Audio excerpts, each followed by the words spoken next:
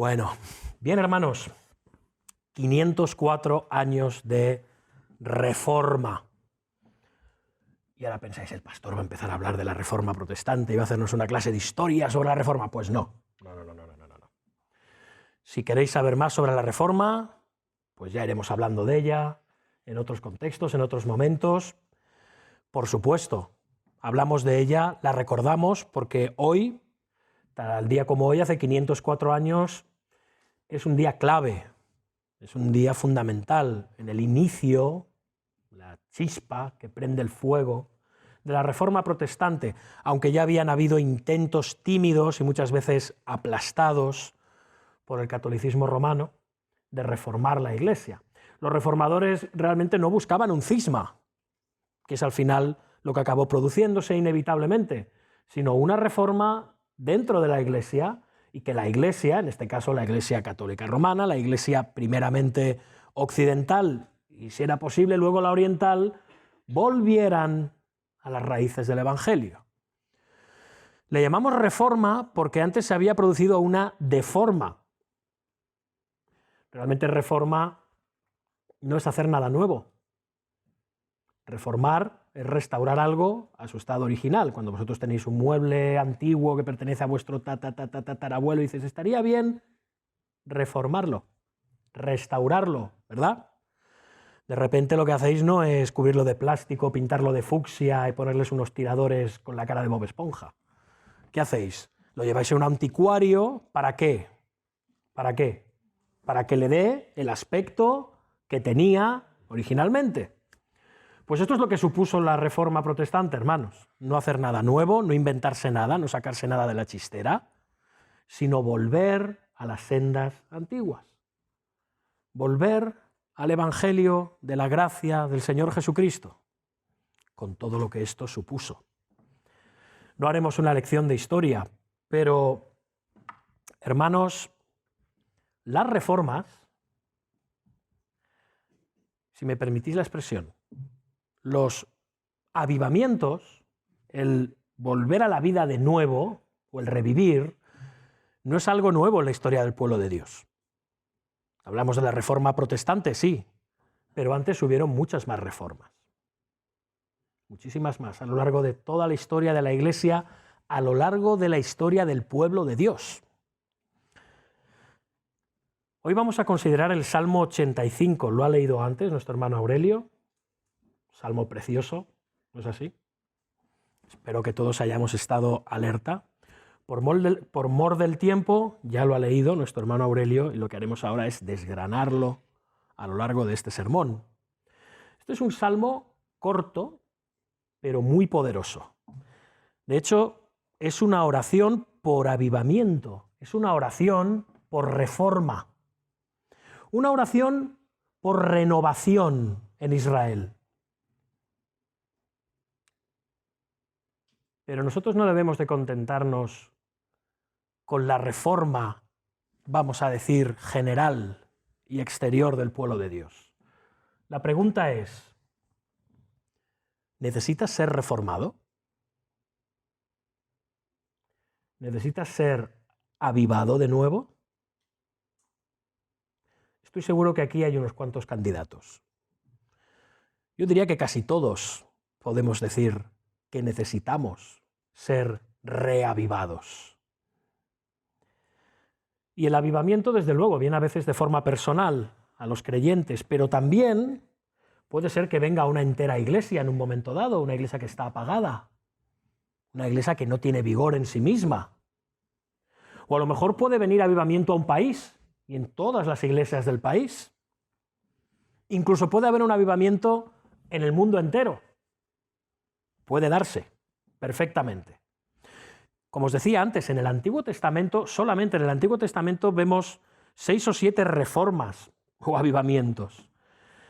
La nación de Israel, cuando era fiel al pacto, experimentaba como nación bendiciones en su conjunto. Sin embargo, cuando era infiel, cuando se deformaba, cuando se apartaba de la ley y de los mandamientos del pacto, experimentaban desolación, experimentaban quebranto. Y cuando esto sucedía, era necesario un avivamiento, era necesaria una reforma. Tenemos la reforma de los días de Esdras, por ejemplo. De hecho, este salmo está escrito en esos días. Es un salmo de los hijos de Coré, escrito posteriormente a la liberación del cautiverio en Babilonia por parte de Israel, durante 70 años. En tiempos de Esdras, se ve que el pueblo recobra su amor por el Señor y prospera. ¿Por qué? Porque la nación se conforma a la observancia de la ley, pero después este amor declina, empieza a decaer paulatinamente. Y la nación de Israel, ¿qué hizo? Se enfrió, se apagó y cayó en la apostasía y luego en la idolatría y en otras desobediencias. Ya conocemos la historia. Y de nuevo, en estos momentos de la historia de Israel, la reforma y la renovación por medio del poder del Espíritu Santo eran necesarios. Y no nos quepa duda de que no había una manera distinta de ser avivado por el poder del Espíritu Santo antes de Cristo, de como es hoy en día. Es el mismo poder, es el mismo Espíritu, y el pueblo de Dios en conjunto, pero también individualmente, sigue teniendo necesidad de reforma. Sigue teniendo necesidad de avivamiento. Entendemos que en tiempos del Antiguo Testamento el Espíritu no obraba con el mismo propósito e intención de lo que, por ejemplo, obró en Pentecostés, porque ya había un objetivo específico y determinado. Pero era el mismo Espíritu, era el mismo poder y era la misma necesidad de llamar al pueblo a arrepentimiento y a novedad de vida. Así fue en la nación de Israel, como hemos dicho, así fue en el corazón de los israelitas naturales, como lo es en la Iglesia, el Israel de Dios, y en los corazones de los israelitas espirituales, o sea, tú y yo. Tú y yo necesitamos reforma, avivamiento. Por eso David pudo decir en el Salmo 51, ¿recordáis? Renueva un espíritu recto dentro de mí y no quites de mí tu Santo Espíritu. David era consciente, en medio de sus momentos más oscuros, de la necesidad de ser renovado, de ser restaurado otra vez. Y hermanos, hermanas, la vida espiritual se ve mermada cuando la salud espiritual empieza a enfriarse o empieza a volverse tibia y se va degradando hasta llegar a hacer de nosotros un corazón insensible y propenso a la incredulidad, o sea, a la falta de fe, y tendente al pecado. Y ninguno de nosotros está exento de ello. Por eso vamos a pedir la bendición del Señor ahora, para que Él nos acompañe en el examen, en la exposición de este salmo de avivamiento. Como os he dicho, un salmo corto, pero poderoso. Vamos a orar. Señor, venimos delante de ti, porque sabemos que a menos que tú nos hables, no vamos a entender nada. Queremos que hables a nuestras mentes y corazones y que lo hagas no por medio de mí, no por medio de mis pensamientos ni meditaciones, Señor, sino que lo hagas por medio de tu palabra y por medio de tu Espíritu Santo. Bendice a esta tu iglesia, aviva a tu iglesia. Te lo pedimos en el nombre de Jesús. Amén. De nuevo, este hermoso, breve y poderoso salmo es un clamor por avivamiento, por reforma en el pueblo. Otra vez, el marco histórico es la liberación de Israel del cautiverio babilónico. Cuando Israel, los israelitas cautivos allí en Babilonia, son, por medio del edicto de Ciro, el rey de Persia, liberados del cautiverio y son devueltos a su solar patrio, es decir, Israel y la ciudad de Jerusalén. Y a partir del año, entre el año 516, que es cuando se produjo esta liberación, hasta el 520 aproximadamente, el templo de Jerusalén, que había sido arrasado completamente por Nabucodonosor, 70 años antes, fue reedificado. Y la restauración de la nación fue real. Hubo días gloriosos de restauración.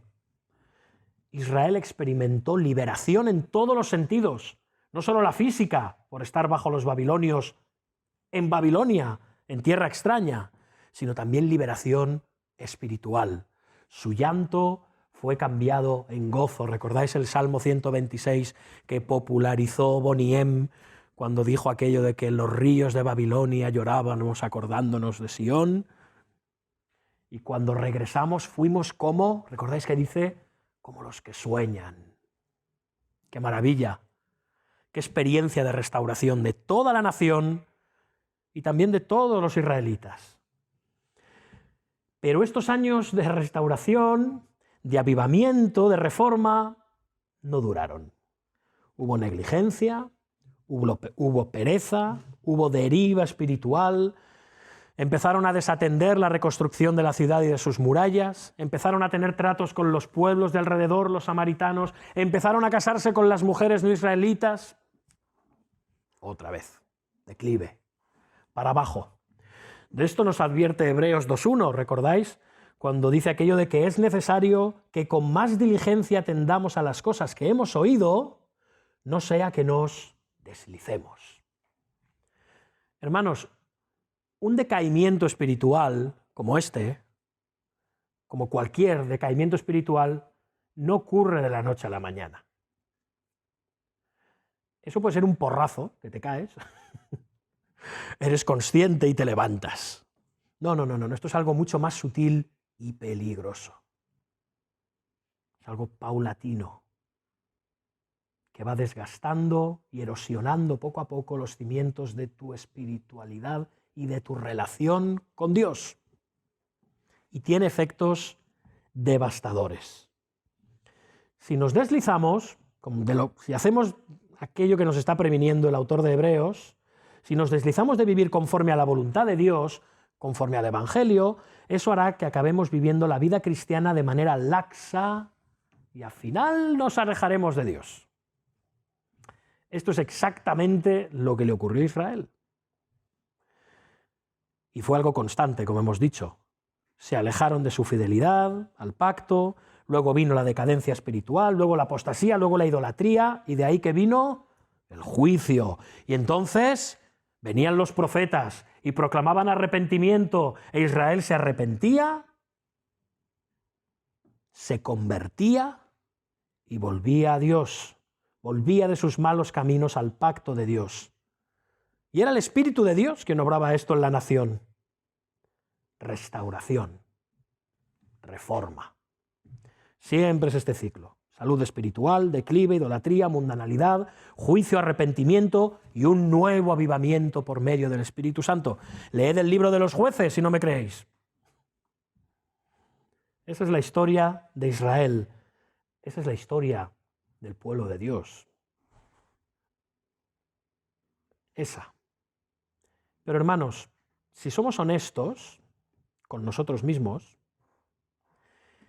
si somos ahora transparentes con Dios en nuestro corazón, si somos verdaderos con el Espíritu Santo, tendremos que reconocer que nosotros también pasamos por ciclos espirituales similares. Todos. No tenemos una vida constante e inalterable de ferviente oración, de profunda seguridad de salvación, donde la lectura de las Escrituras es siempre un deleite, donde estamos deseando deleitarnos permanentemente en la hermandad con nuestros hermanos. Vamos, la vida cristiana, estarás de acuerdo conmigo, no va siempre sobre ruedas, ¿no? A veces parece que se encalla. encalla. No siempre estás en la cúspide espiritualmente hablando. Los cristianos pasamos por esos mismos ciclos espirituales. Las iglesias pasan por esos mismos ciclos espirituales. Por supuesto, quizá no nos volvamos al mundo completamente, quizá no abandonemos completamente la comunión con la iglesia, ni regresemos a nuestro estilo de vida idólatra y mundanal anterior. Pero todos pasamos por periodos que nos llevan desde la certeza ferviente y gozosa de nuestra salvación a periodos en que esa no es tan real ni está tan presente como en los días de nuestra conversión a Cristo, por ejemplo. ¿Recuerdas esos días? Piensa, unos segundos. Acuérdate de aquellos días. La frescura, la realidad, la plenitud y convicción de perdón de nuestros pecados, la comunión gozosa con Dios y con nuestros hermanos, y luego, gradualmente, esto poco a poco va disminuyendo. Empezamos a distraernos en nuestras propias preocupaciones y asuntos. Los reclamos de este mundo son constantes y muy seductores, muy bien empaquetados y presentados, y los compramos. Y entonces, poquito a poquito, la rutina, la mediocridad, empiezan a invadir tu vida cristiana y te vas secando y drenando espiritualmente. La oración es superficial o escasa. Y alimentarnos con las Escrituras no parece saciarnos ni apetecernos.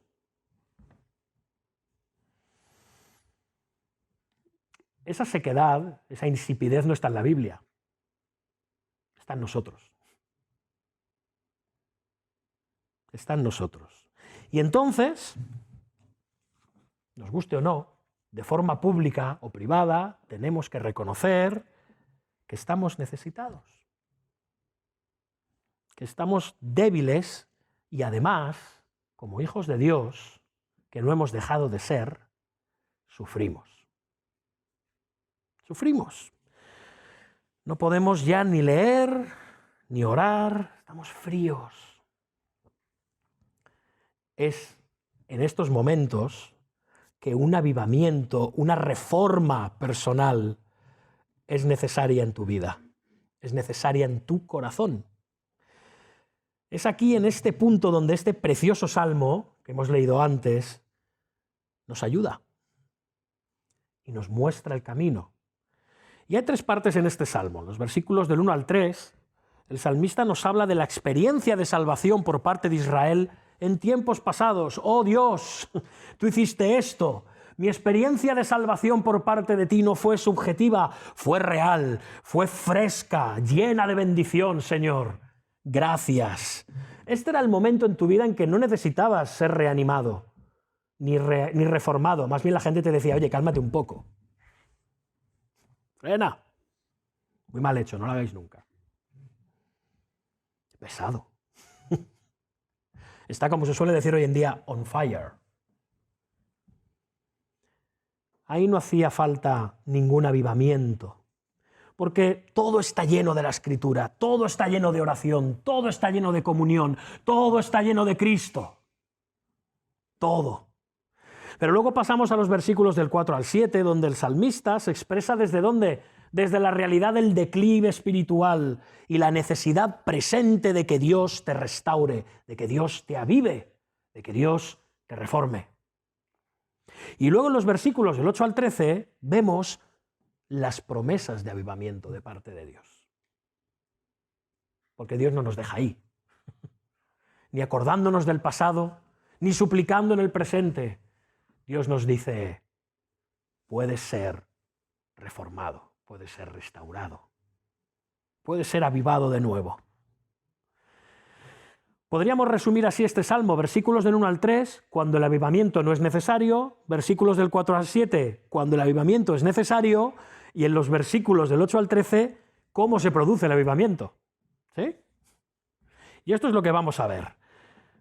En el Salmo 85, versículos del 1 al 3, vemos cómo se experimentó la verdadera salvación de Israel. Pero pon tu corazón, hermano, hermana, pon tu corazón en estas palabras también, porque te están hablando a ti en esta mañana. Fuiste propicio a tu tierra, oh Jehová. Volviste la cautividad de Jacob. Perdonaste la iniquidad de tu pueblo. Todos los pecados de ellos cubriste. Selah. Reprimiste todo tu enojo. Te apartaste del ardor de tu ira. Fijaos, ¿os dais cuenta de un detalle? Todo es el lenguaje pasado. ¿Ves que está hablando en tiempos pasados permanentemente? Está declarando la liberación, la reforma de Dios que vino de diferentes maneras a Israel en diferentes momentos, pero también al corazón de todo aquel que es regenerado por el poder del Espíritu Santo, arrepintiéndose de sus pecados y poniendo fe en el Mesías, Jesús. Así que el salmista está reconociendo, recordando, incluso celebrando su liberación, su restauración. Fue real, fue auténtica para Israel, fue auténtica para cada uno de los israelitas. No fue algo subjetivo, fue algo visible, auténtico. Y de manera igual, tú y yo, si echamos la vista atrás, podemos recordar cuán verdadera fue la liberación que Dios obró en nuestras vidas al sacarnos del cautiverio de nuestros pecados y salvarnos. Hermanos, no olvidemos nunca que tú y yo fuimos esclavos en Egipto. Tú y yo fuimos cautivos en Babilonia. Nunca debemos de dejar de asombrarnos y maravillarnos de la obra de liberación que obró Cristo, el Moisés mayor, el Ciro mayor en nuestras vidas para sacarnos de Egipto y de Babilonia, por medio del poder del Espíritu Santo que obró en tu corazón y te sacó de la idolatría, de la cautividad, de la esclavitud, de la opresión del pecado que había en tu corazón caído. ¡Qué alegría! El salmista se goza. Y no nos gozamos en que en nosotros haya un poder propio, salvo el que Dios nos ha dado, el que Dios nos ha otorgado en su gracia, el que nos ha concedido. De ese poder, de esa liberación nos tenemos que gozar y maravillar. Porque por nosotros mismos nunca, jamás habríamos experimentado esa liberación de la cautividad al pecado y la muerte. Cero. El cautiverio al Egipto y a la Babilonia de este mundo es nuestra base de regocijo porque están efectuados por la obra de Cristo en la cruz, por el poder de Dios y el poder de su Espíritu Santo. Y aquí en estos versículos, del 1 al 3 que hemos leído, hay algunas realidades que se dan en nuestra salvación. Podríamos encontrar varias, pero yo lo he sintetizado en 3. La primera es que Dios, como dice al principio, que fue, ¿qué dice ahí? Propicio.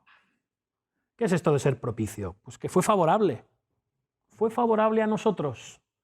Nos mostró favor, dice, fuiste propicio a tu tierra, a Israel. Y esta es la viva imagen de la gracia de Dios. Dios nos mostró un favor inmerecido y soberano al redimirnos, como lo hizo con Israel. No lo merecíamos, como Israel tampoco lo merecía. No había mejora en nosotros, ni suficiente bondad, como tampoco la había en Israel.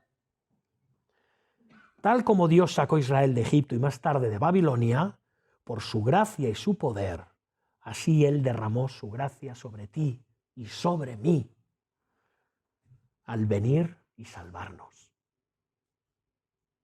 Dios mismo vendrá y os salvará. Al contrario, hermanos, nosotros vivíamos en malas decisiones. ¿Y sabéis qué pasa con las malas decisiones? Tienen un componente interesante. Nos llevan a decisiones todavía más malas. Y esas a otras más malas todavía. Y en ese derrotero nos deslizamos. Esto es lo que ocurrió con Israel: idolatría, apostasía, desobediencia, rebelión. pero la gracia de Dios llegó a ellos y fueron devueltos de nuevo a su tierra. Dios fue propicio, fue favorable a Israel, como lo fue contigo si eres cristiano. Si realmente has nacido de nuevo, Dios fue propicio contigo en medio de tus malas decisiones y en medio de tus pecados. Dios fue propicio a ti e hizo una maravillosa obra de salvación y reforma en tu corazón. La segunda cosa que vemos en tiempo pasado es el perdón. Versículo 2, fijaos, perdonaste la iniquidad de tu pueblo, todos los pecados de ellos cubriste. Sabemos que el sistema de sacrificios trataba con el pecado, pero de una manera, permitidme la expresión un poco rara, tipológica, ¿sí? Como que apuntaba a algo mayor, como un anticipo del gran y último y verdadero sacrificio, el del Cordero de Dios que quita el pecado del mundo, Jesucristo. Porque como nos dice Hebreos, la sangre de toros y de machos cabríos no puede realmente quitar el pecado. Pero Dios perdonaba a los israelitas en base a su fe en un pago futuro.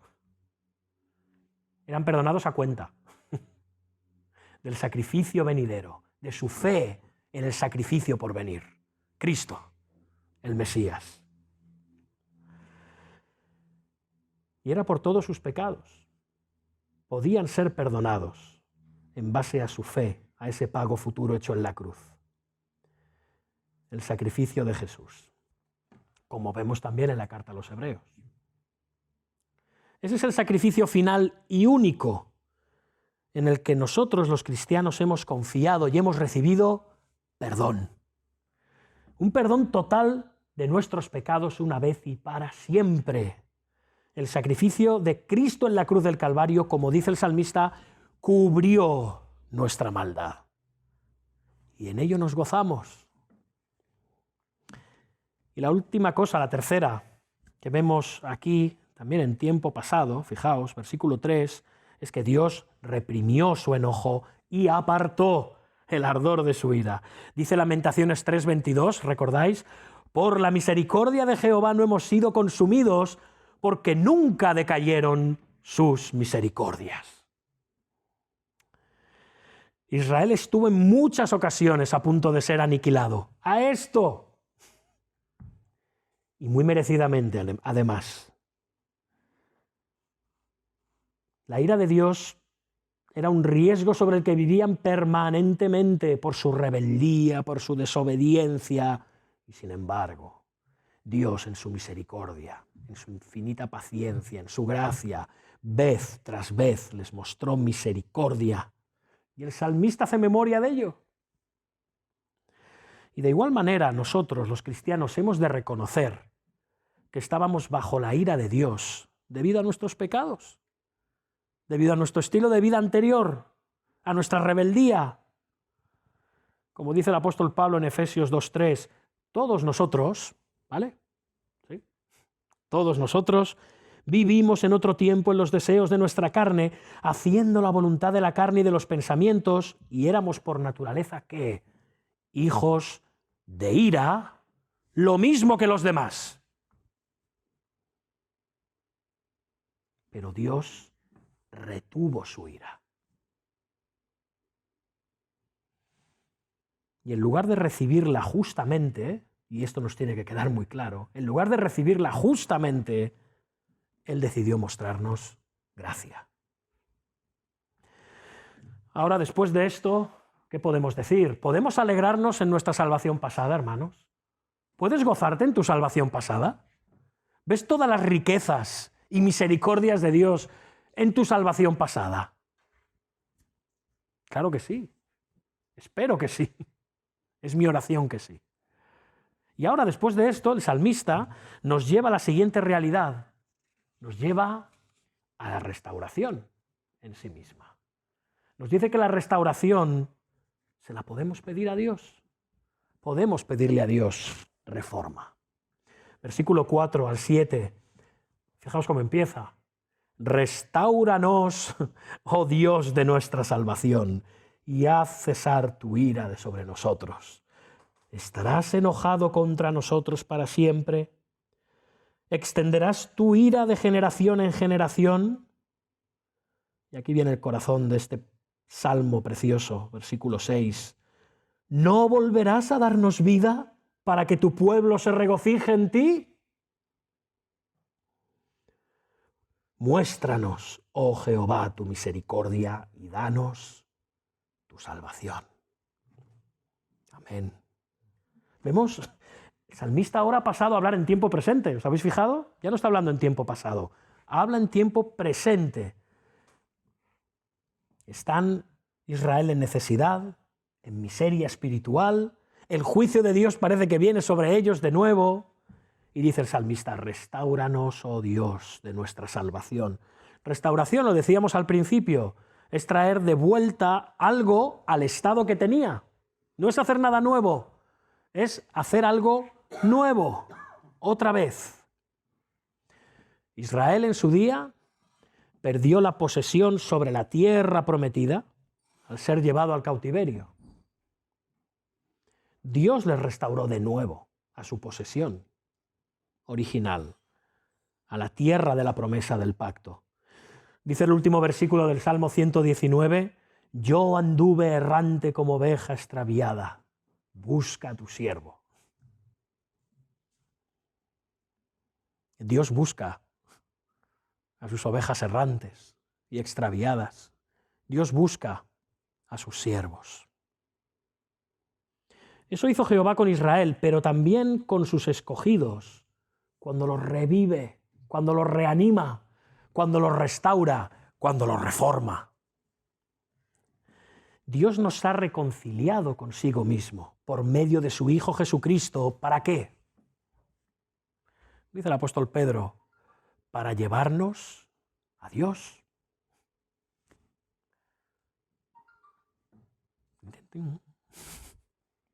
Para tener una relación genuina con Él. Una relación de padre a hijo.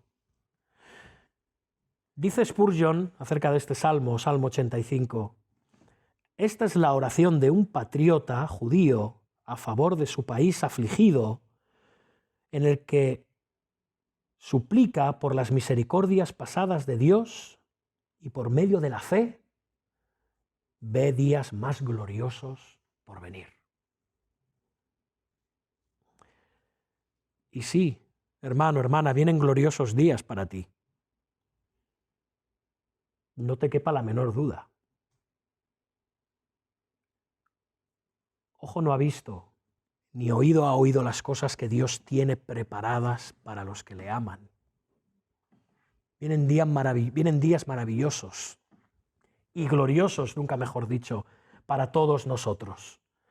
Incluso, sí, para aquellos que luchan con una espiritualidad débil y deficiente. Y el salmista está orando con honestidad y fervor por la restauración de su pueblo.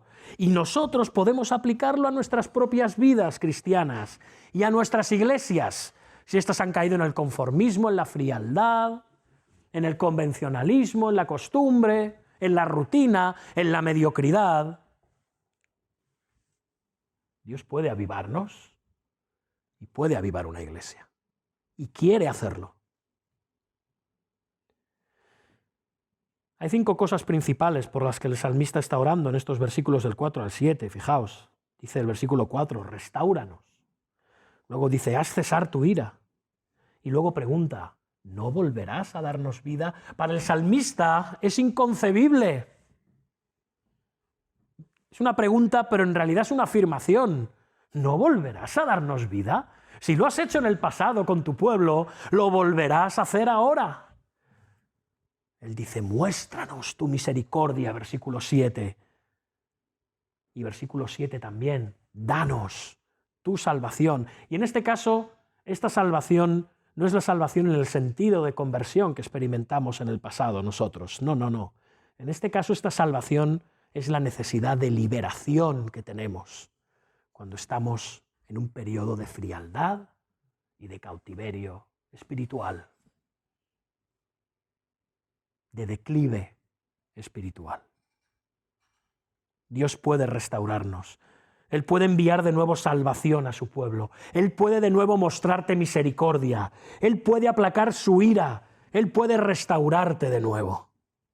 Él puede y quiere hacerlo. El salmista está diciéndole en pocas palabras, haznos volver al punto en el que estábamos antes. Ni más ni menos. Y nosotros podemos pedirle al Señor que nos haga volver al punto en el que estábamos antes. ¿Recordáis lo que le dice el Señor Jesucristo glorificado en Apocalipsis a la iglesia de Éfeso? ¿Recordáis los mensajes a las iglesias? Les dice que han dejado su primer amor. Y después les da esta orden. Fijaos, dice. Recuerda de dónde has caído. Y arrepéntete y haz las primeras cosas. Recuerda de dónde has caído. Recuerda dónde estabas. ¿Te acuerdas cómo era? ¿Recuerdas lo que era tu vida de amor, adoración, gozo, servicio, paz, comunión con Dios y con tus hermanos? ¿Has caído de ahí? ¿Recuerdas de dónde has caído? Arrepiéntete y haz las primeras cosas. Hermanos, todos nosotros muchas veces nos caemos del lugar en el que estábamos. ¿Es tu vida de oración tan íntima, significativa y cálida como lo fue en el pasado?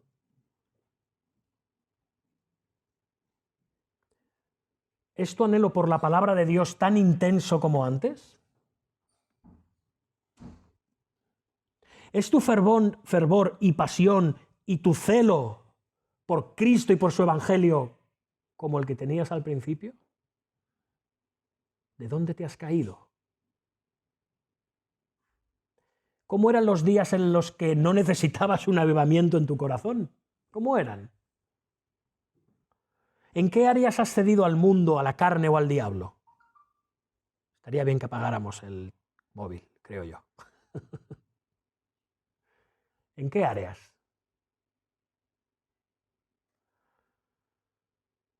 ¿Qué necesitas en tu alma para experimentar verdadera restauración? ¿Qué necesitas?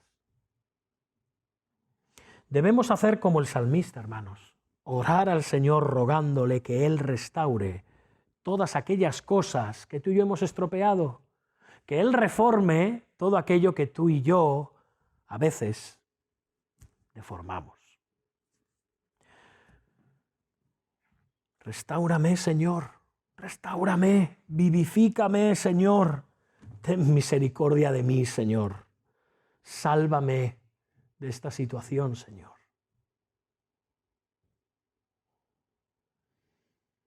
El Señor lo hizo en su día y con la misma fe del salmista debemos rogarle que lo vuelva a hacer en nosotros, porque lo hará. Lo hará. Él lo hará. Dile al Señor, Señor, estoy necesitado, estoy herido, estoy derrotado, tengo un corazón impuro, crítico hacia ti, hacia mis hermanos, hacia la iglesia. No estoy caminando en amor, me siento encadenado a mi pecado, a mi orgullo, a mi egoísmo. Ni siquiera sé de qué orar, ni siquiera sé por qué orar. No tengo ganas de orar, Señor.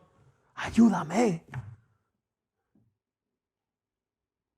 Restáurame, Señor. Y Dios responderá a tu oración. Él responde dando Espíritu Santo siempre a las almas quebrantadas, a las almas necesitadas que claman por ser avivadas.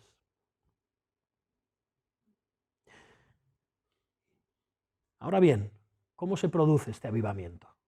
¿De qué manera? Versículos del 8 al 13. Y aquí vamos a ver las promesas divinas de avivamiento. Fijaos, esto es muy interesante. Haremos una pausa un momentito, muy breve. Fijaos, empieza diciendo el versículo 8, haré lo que hablará Jehová Dios. Oh, hermanos. ¿Podemos leerlo otra vez? Todos a una, en voz alta. escucharé lo que hablará Jehová Dios. Oh Dios, he sido salvo por ti, he experimentado momentos maravillosos, pero ahora estoy en necesidad espiritual. ¿Cuál es tu consejo, Señor?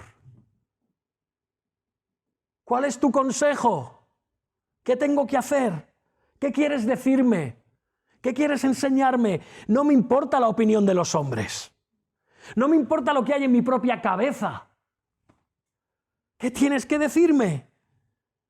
No es mi opinión, es tu opinión, Señor. Me interesa tu opinión. Escucharé lo que hablará Jehová Dios. Si no empezamos por aquí, cerramos y terminamos. No se trata de ti. El avivamiento no se trata de ti, ni de tus planes, ni tus propósitos, ni tus ideas preconcebidas, ni lo que tú crees que es correcto o incorrecto. Se trata de Dios, de que escuches a Dios, que te ha dado oídos espirituales para oír. Sí, pueden estar un poco llenos de cera, pero te los ha dado. Y ojos para ver. Y un corazón para amarle, solo que ahora están fríos. Pero Él ha prometido avivarte. Y a partir de aquí ahora vemos lo que Dios promete hacer para restaurarnos. Podemos leer: escucharé lo que hablará Jehová Dios, porque hablará paz a su pueblo y a sus santos para que no se vuelvan a la locura.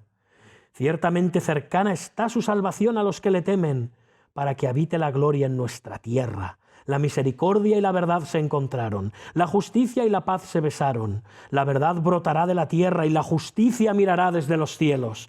Jehová dará también el bien y nuestra tierra dará su fruto. La justicia irá delante de él y sus pasos nos pondrá por camino. Amén. Versículo 8, porque hablará paz a su pueblo y a sus santos para que no se vuelvan a la locura. Qué palabras, ¿eh? Hermanos, Dios nos garantiza paz por medio de habernos justificado en su Hijo Jesucristo, en virtud de nuestra fe en su Hijo Jesucristo. No hay lugar para la desesperación, porque no hay lugar para la condenación.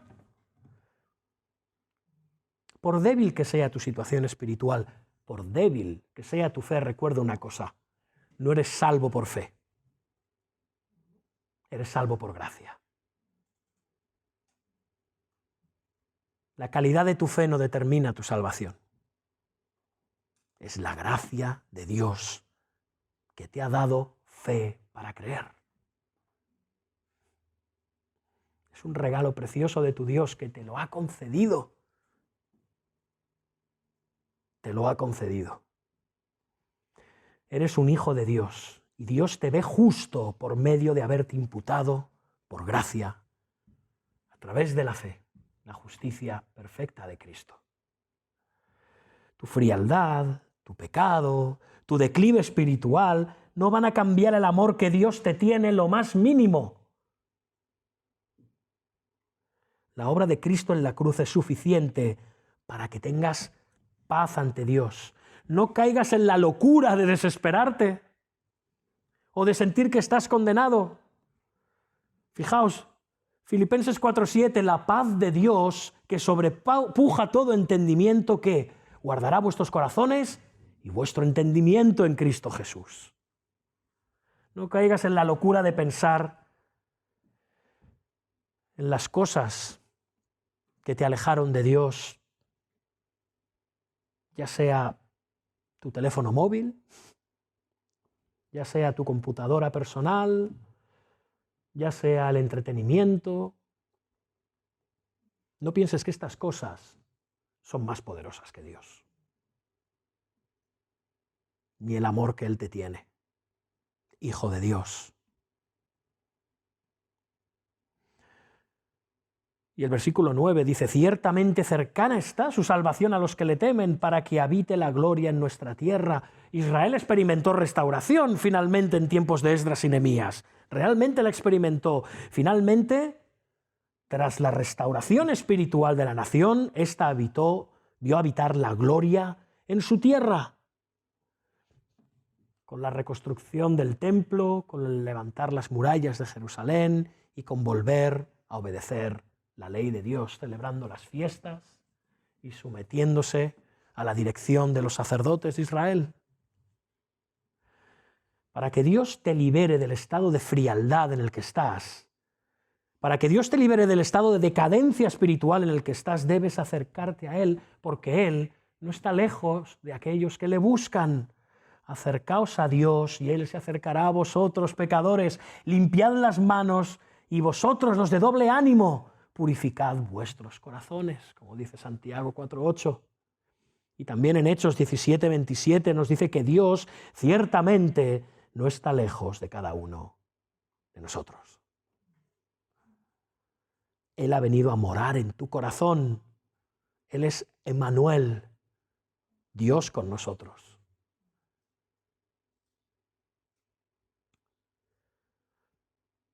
Cercana está su salvación y su gloria habitará en ti.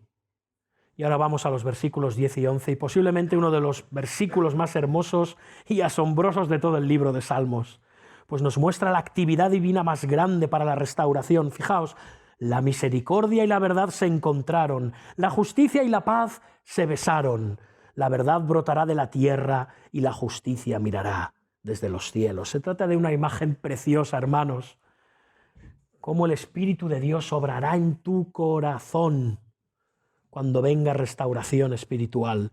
Vemos por un lado a la misericordia y vemos por el otro a la verdad de Dios viniendo a encontrarse en un fuerte abrazo, a morar juntas en ti. La misericordia y la verdad de Dios viviendo en el alma del creyente. Qué maravilla, hermanos. Qué imagen tan hermosa. La misericordia y la verdad llenan tu corazón y tu mente se renueva y eres liberado, eres restaurado, eres vivificado. Pero no por tu propio concepto de lo que es verdadero ni de lo que es bueno, porque lo que viene a ti es la misericordia y la verdad de Dios, no las tuyas. Y esto hace que la justicia de Dios y la paz se besen. Fijaos qué bonito, la justicia y la paz se besaron. ¿Cómo? Dice el apóstol Pablo en Romanos 5, del 1 al 2, justificados pues por la fe, tenemos paz para con Dios por medio de nuestro Señor Jesucristo. Era imposible la paz en nuestras vidas sin que recibiéramos la justificación por nuestros pecados en virtud de la fe en Jesucristo. Era imposible, pero Dios lo hizo posible. Por eso dice el versículo 11 que la verdad brotará de la tierra y la justicia mirará de los cielos. Aquello que ocurra en la tierra tendrá la mirada de complacencia divina de Dios en tu restauración, en la reforma de tu corazón. Y Dios mirará complacido, te mirará complacido desde los cielos. Y sigue diciendo el salmista en el 12, Jehová dará también el bien y nuestra tierra dará su fruto. Dios es el proveedor de todo lo bueno. No busques avivar tu vida en Cristo, tu vida cristiana, por tus propios esfuerzos, por tus propias ideas de lo que es correcto o incorrecto. Toda cosa buena proviene de Dios. Él abonará, Él fertilizará la tierra de tu corazón para que des fruto.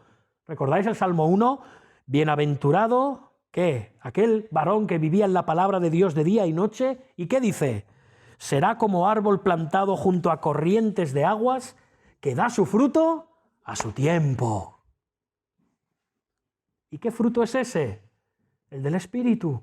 Amor, gozo, paz, paciencia, benignidad, bondad, fe, mansedumbre, templanza. Dios nos garantiza paz. Dios nos garantiza justicia. Dios nos garantiza misericordia y verdad. Y por último, el 13. La justicia irá delante de Él, o sea, de Dios, y sus pasos, no los tuyos, no los míos, no los de nadie, sus pasos, los de Dios, nos pondrá por camino.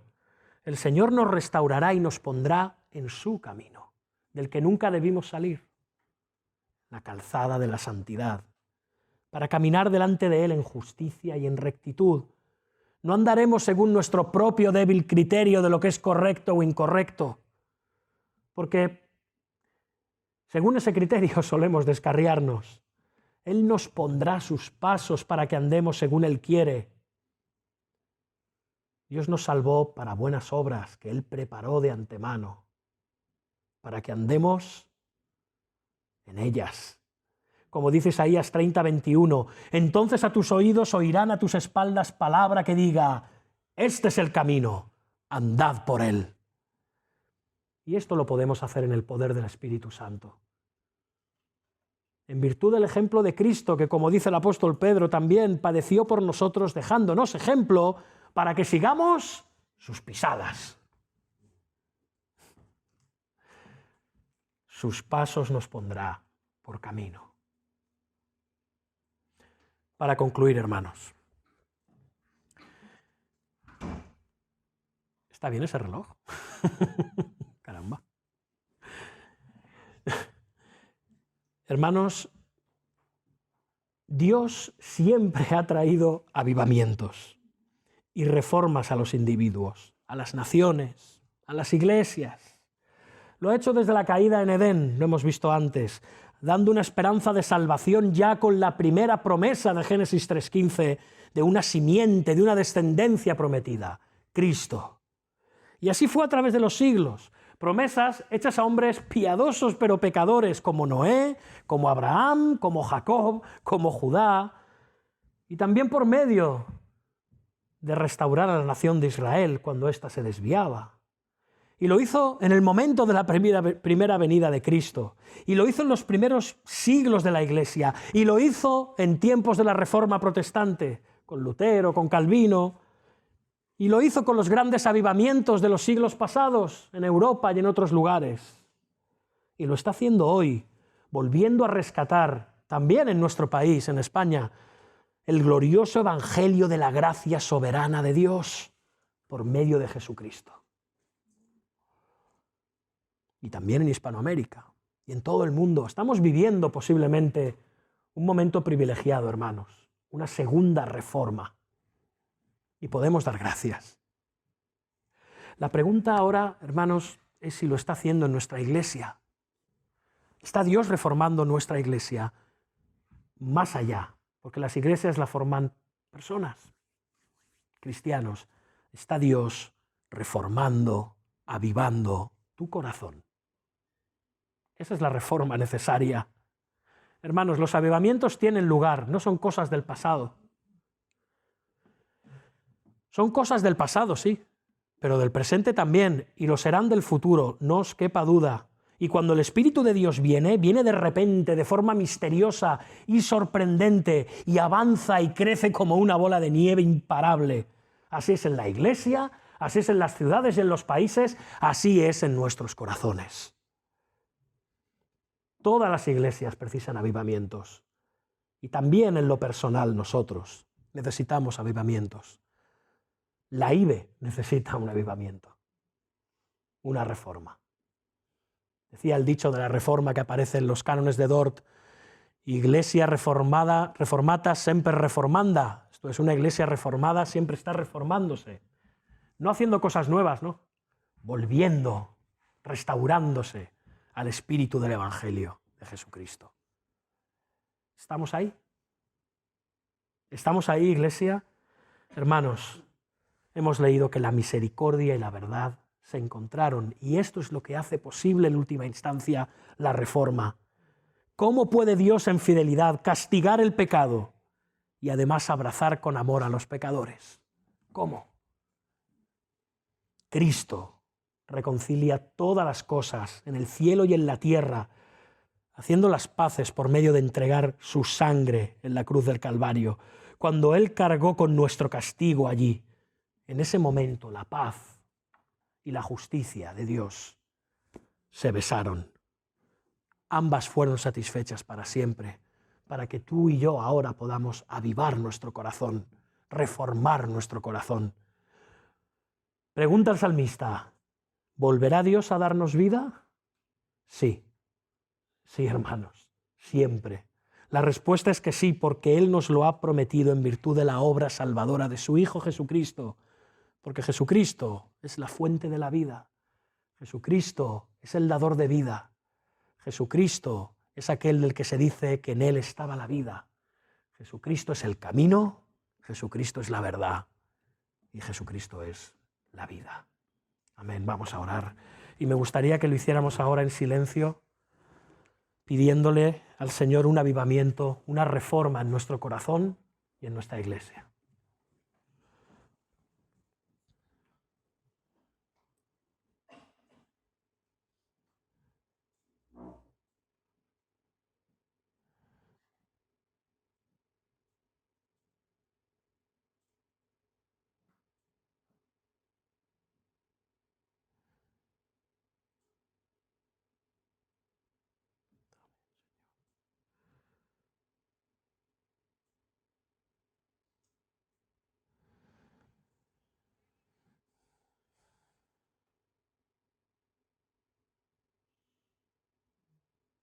Amén, Señor.